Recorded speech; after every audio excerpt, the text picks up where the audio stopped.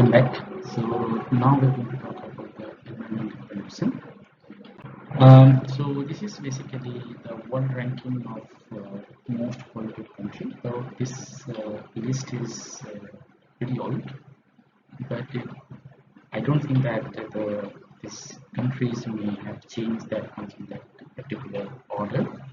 And particularly if you see India, our country, where it presents in the fifth position, and this is very sad to know, and that means that we should work towards to a cleaner environment and to make our life much better.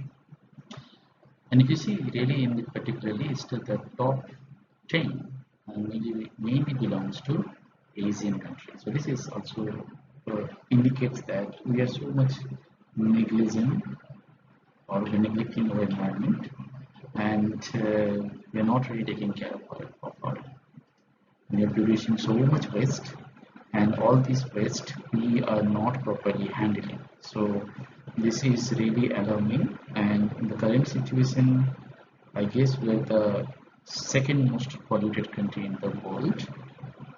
I forgot the first one, but this means that we are moving up in that ladder. Okay. So now this is the time to say no to waste, take proper care of our environment, and we all should work together towards this goal. And also, this is that particular list where the top 10 cities of this of the world are which are most polluted. And as you can see here, India are very good in number, but particularly Ghaziabad, Delhi, Lucknow. We really heard every winter that what is the situation of Delhi. Yeah, Muzaffarnagar, Habur. So all these particular big cities are mainly in the top list. And I have given some pictures here. You can see how the polluted the roads are, which is next to the road, and where the animals and the food waste, the waste people dump every day morning, and every day they just rotten over there, and nobody take care of it. At the same time, this is the right side picture. You can see how that dump yard is full of waste. People are living closer by all the smell that whatever the microorganism it produced, the bacteria or whatever that it can affect our health as well. And this is one picture of our city daily, and as you can see here, the sky is very cloudy in the daytime. Okay, and in contrast, if you see the bottom picture, which is basically from Western countries, you see how blue the sky is, so neat and clean. Yeah, so that indicates that they are really working to clean up their environment, and we are not taking any care of it. So that is very significant that one can easily see the differences between the two different pictures. Yeah. So basically, my point is that we are really not working or focusing on that what is really needed, and every one of us should really work on it. Okay, it's not only government; it's we individuals should focus how to improve the pollution in our country. As you all know that from a drop we make a bucket of water, one bucket of a few buckets we make a big drum, and then from down a pond, then lake, then sea, then ocean. So this is all everywhere. So we should start from the beginning from our side, and let take a small step towards a bigger step.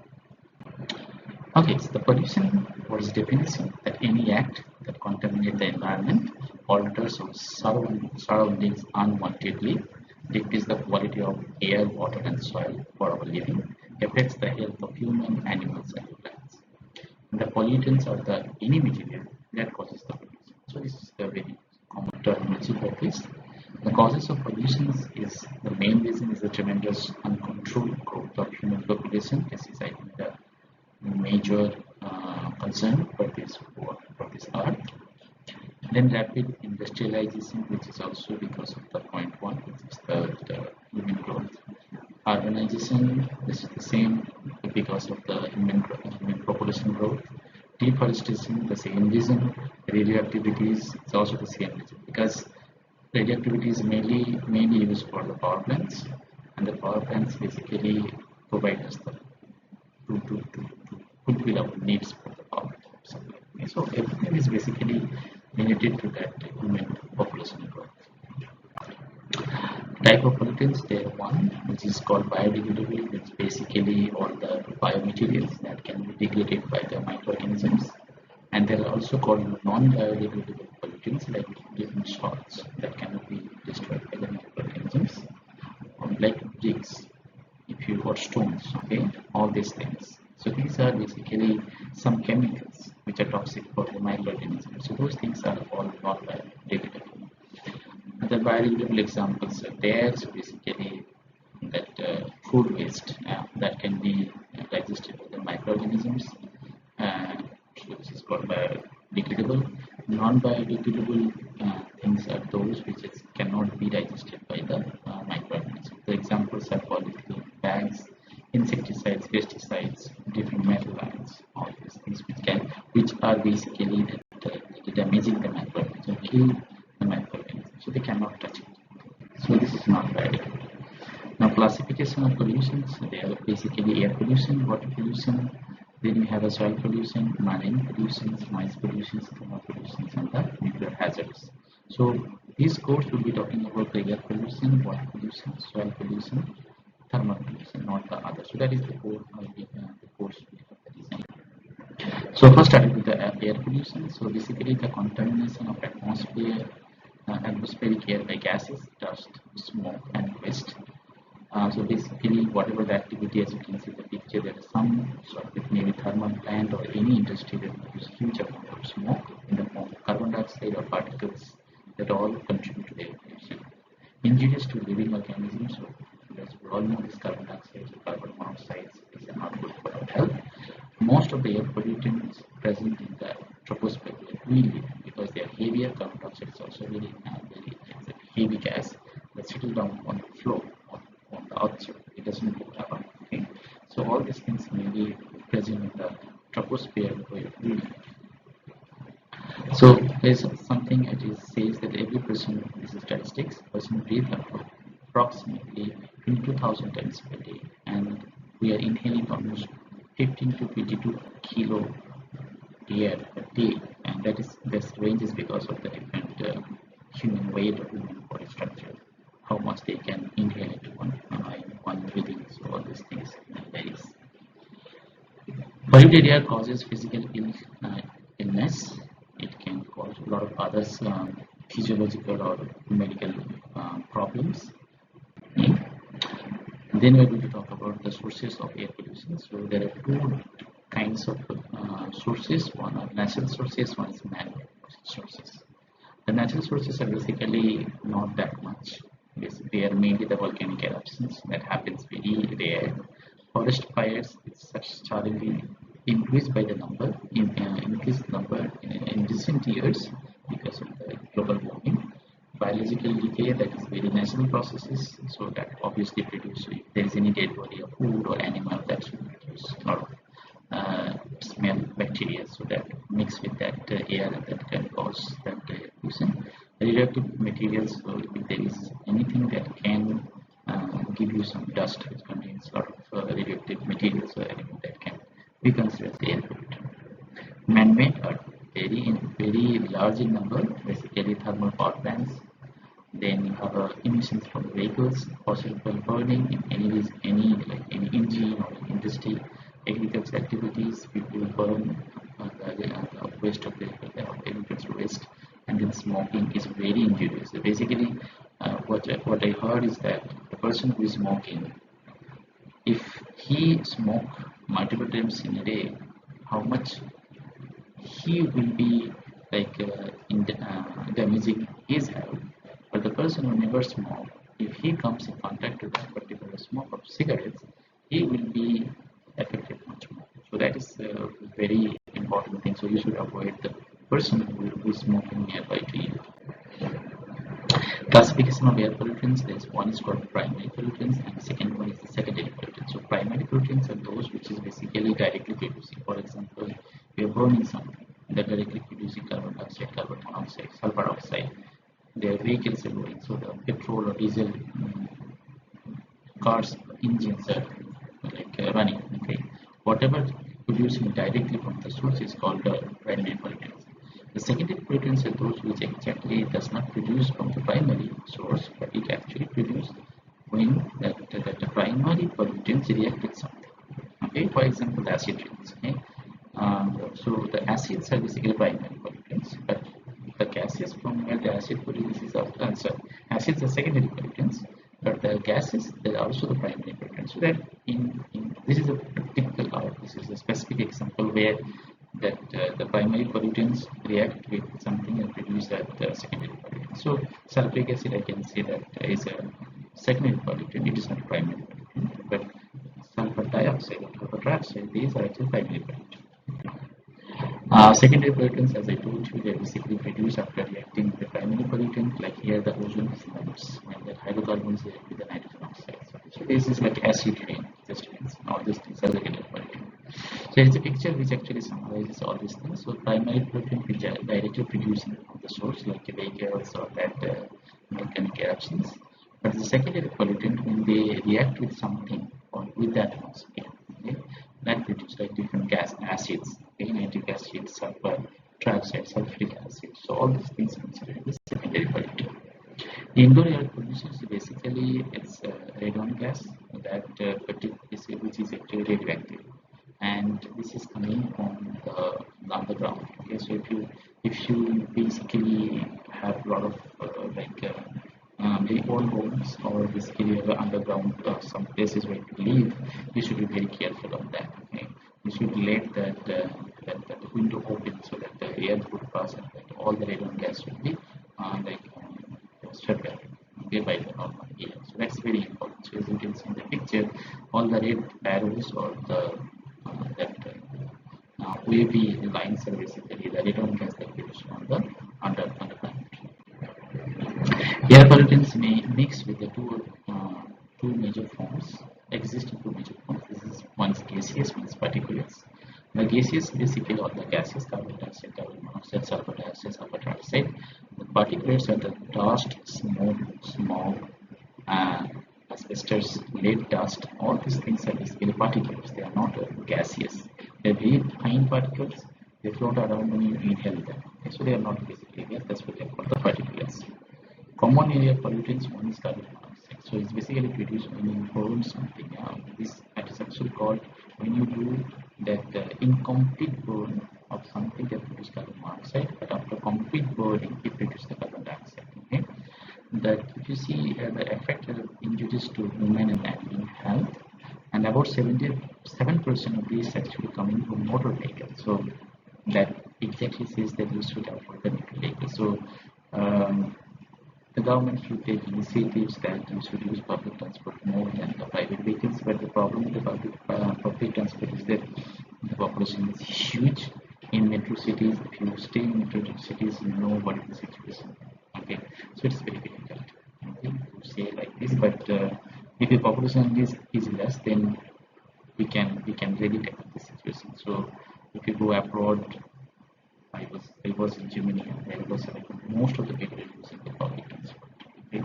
And that is very important. That is the reason why their skies are so much blue and they are like more or less pollution free countries. Okay? Human resources basically, as I told you, the incomplete combustion of fossil fuels, power plants. Human health effect is very much important here because carbon monoxide directly binds with hemoglobin and it loses the oxygen carrier capability. So that's very important.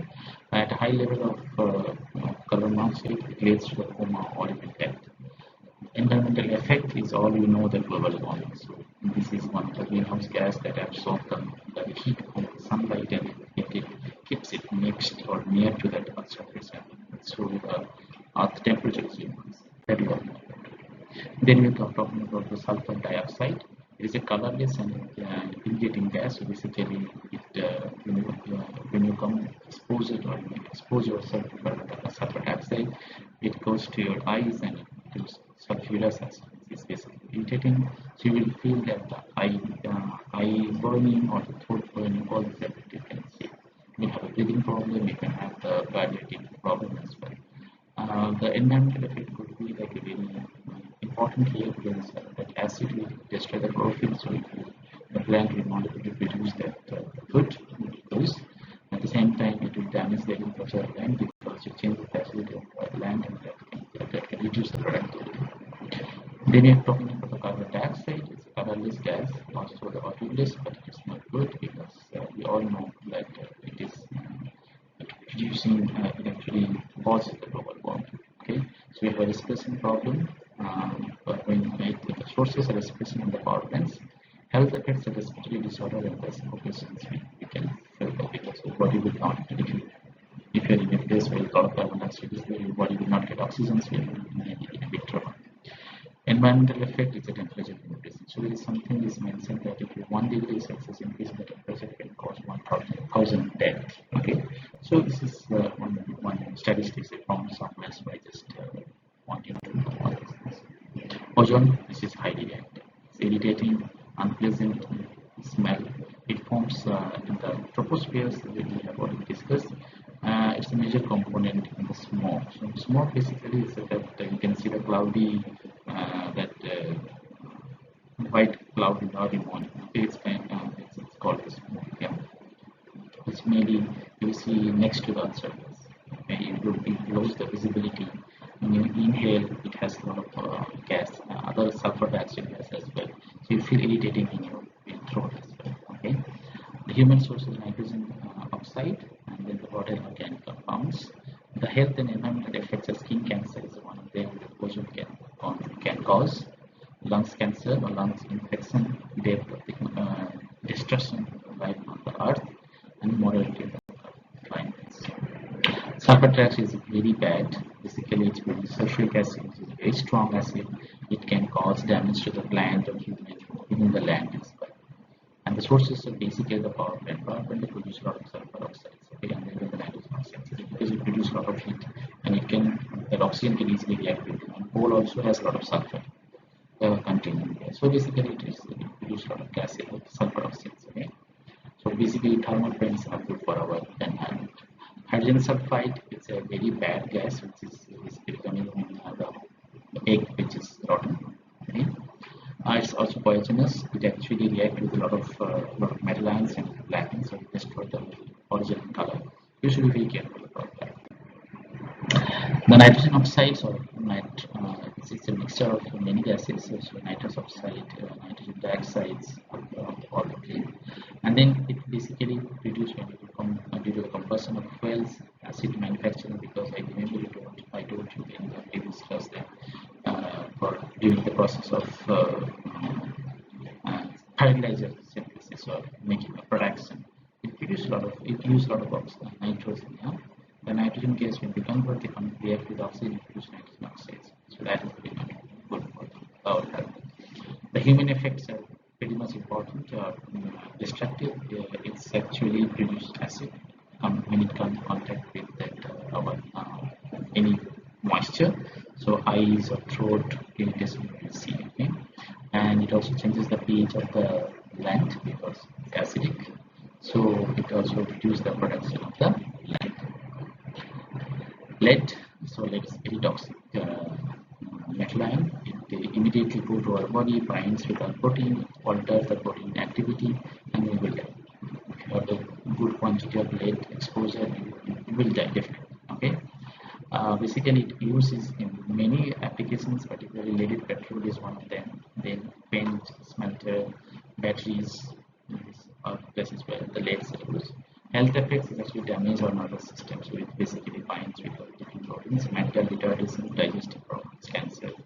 So all these things could happen. Environmental effect will destroy whole wildlife, basically.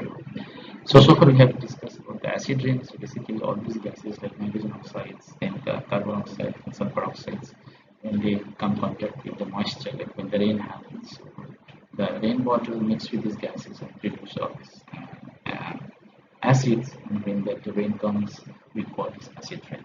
So basically the pH of this acid this rain is less than 7, and because of all mixing of all these things. Okay, so here I have given the equations. You can see the sulfur trioxide reacts with the water, produces sulfuric acid, nitrogen dioxide reacts with water to produce nitric acid. Okay, so these things, this the effect will be like pretty much adverse. So basically, increase the acidity of the rainwater. So this is water, and then it will destroy the land, fertile land. Land will lose its fertility, and then it can cause the aquatic death, cause death to the aquatic life, like fish or other small plants which lives in the water. And then you have eyes irritation, throat irritation, other things, and sculpture, like which is the carbon dioxide. Probably you heard about that the color of the Taj Mahal is dark with the time. So this is because made of calcium carbonate, and calcium doesn't react with the acid, it produces calcium hydroxide.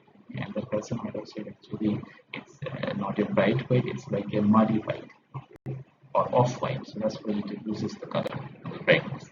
And you can see how the sculptures are damaged with the time because of this acid rain. So this is what after, this is before. Okay, after a few years it changes like this, and this is some, you can see to lose all the structures or whatever it has out here. Now we will talk about the ozone layers. So basically in 1970, scientists actually noticed that the ozone layer in the stratosphere actually above Antarctica was thinning, which is very bad, and that because it will generally the ozone layer filters the UV radiation from the sun, and that actually helps us to survive. Otherwise, it would cause skin cancer. Okay, so this is the picture that I've taken internet basically. So what it does basically, there are two different UV lights, one UVB and UVA. UVA is not that much problematic, but UVB is very problematic, and which is filtered by the ozone. And very little bit is coming on the earth, so we don't feel that much. But if it is not using that one, if it doesn't filter it, so we will be in big trouble. So the problem here began with a few chemicals, which is also known as chlorofluorocarbon or CFCs. They mainly use in that refrigerator or compressor. So that actually used to react to the ozone layer and they destroy it. And here I have shown in 1991 that 90 countries in London agreement, it is called London, they agreed that they stopped using this chlorofluorocarbon, but people are still using it. So obviously they will not use in that extent, they will use the amount of their uses. So there are some reactions I have mentioned here. As you can see, the ozone layer it filters that UV radiations and leave it coming down. And what happens, the ozone actually absorbs the light. So this is oxygen. It breaks into oxygen atoms. It reacts with another molecule of oxygen, produces the ozone. Okay. In the other case, when the ozone absorbs the UV light, it breaks into O2 and ozone atom. So these reactions happening all the time in the ozone layer. And when there will be a depletion in the ozone layer, all the light will come down and we will be in big trouble that will cause skin cancer. So the chlorofluorocarbons, when they are using this gaseous molecule, and then it goes to the atmospheric level, or it reaches to the ozone layer, and that started to react with this. And you see what happens when you have that exposure to the UV radiation, and particularly in the areas where people are living close to the poles, and this exposure is very much visible. And the people, you know, that they go to beach for sunbath, and when they come back, they are having this kind of color changes in their body. Okay, and you see how they are damaging the skins. So this is the reaction what happened in the presence of chlorofluorocarbons. So we have seen until ozone how it responds. Then when the chlorofluorocarbons react with the UV light, it actually produces the radical, chlorine radical. That chlorine radical will react with that ozone, and it produces the hypochlorite radical and then oxygen molecule. And then this hypochlorite radical again reacts with the ozone atom, and then it produces the chloride radical and the oxygen. So basically they are always producing oxygen and producing the chlorine radical as well. Again you start reacting, so it's continuously reacting to produce oxygen instead of reverse process which can lead to the ozone. So basically that's how it is thinning that layer. Okay. Next we're going to talk about the greenhouse effect. So basically I told you a bit about it. There are some gases called methane, carbon dioxide, carbon monoxide, sulfur oxide, nitrous oxide, ozone. So they basically what they do, they absorb the sunlight in the higher frequency and they just keep it, they hold it. So basically the sunlight should come fall on the surface and then it should the radiation should go back out of the heat or energy that produced on the surface. But these gases they actually hold that energy in the vibration levels. Okay, so you will understand that later. It is not that easy to understand. So you know that stretching frequency of the molecule. So when they stretch, they absorb some energy, and that is what they do actually. So they trap all this. So this is the normal phenomenon. So sunlight falls on the earth, it heat it up, and it slowly sort of reflect back to the sky. Okay. But when you have this uh, atmosphere full of ozone, full of greenhouse gases, they actually trap all this energy. They don't let the energy go back to the sky. Okay, and that is why the Earth temperature is slowly rising. Okay, the greenhouse effect, as you can see here, the amount of carbon dioxide which people believes that is one of the major reasons how it is happening. And the fact is a 15% increase in CO2 concentration in the past 100 years. So you can see from 1000 to almost 1800 or 1700 it was more or less flat and then suddenly started rising. Okay? And that is because of this burning of fossil fuels, petroleum or coal, and increase in CO2 emissions. Okay, it can be coming from the factories or cars or deforestation. The effects are very much the global warming meant ice polar caps that would flood the low area or sea levels, warming oceans that produce hot storms. Okay, so those things are the consequences could happen. The consequence of air pollution is basically death in the world due to the air pollution is 4.2 million per year. Okay, and death in India only is 1.7 million per year, which is basically 2.5 times less than the worldwide. So we are leading in this particular race. Okay, the population is more, and that can lead to the number also. The diseases due to the air pollution could be heart disease, chronic obstructive pulmonary disease, lung cancer, acute liver respiratory infection, and children. So these are the common things that has been found due to the air pollution. So the question that how we can control it. To control it, basically we have to stop using the leaded petrol. We have to reduce the production of thermal power. We should go towards the greener energy that has been the common nowadays very much kind of the drives that actually that the government has taken the initiatives and everywhere we find green energy, green energy, green energy, green energy. And so that's a very good thing, and I think that we all should appreciate that. We should all work on it and should make our environment cleaner. Okay. Also, there are a few things that are not that much importance for actually. Okay. Pollution control equipment. So basically, there are generally two types, which is control device for particulate contaminant and control device for gases, because we know there is one particulate gas.